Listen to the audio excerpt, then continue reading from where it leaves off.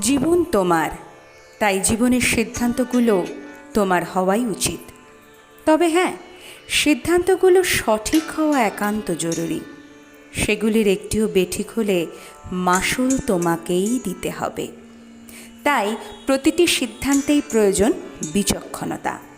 কোনো সিদ্ধান্ত নেওয়ার আগে একবারের জায়গায় 10 বার ভাবো।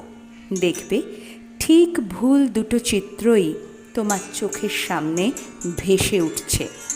যে চিত্রটি বারে বারে তোমাকে ইতিবাচক ইঙ্গিত দিচ্ছে, সেটিই তোমার জন্য সঠিক সিদ্ধান্ত। কি ঠিক বললাম তো? তোমাদের মত কি আমাকে কমেন্ট বক্সে লিখে জানাও। আর হ্যাঁ, লাইক, শেয়ার এবং সাবস্ক্রাইব করতে ভুলো না কিন্তু। যদি তোমরা আমাকে ভালোবাসা দাও, তাহলে আবার আসবো পরের ভিডিও নিয়ে। কথা দিলাম। আজ আসলাম। ভালো থেকো।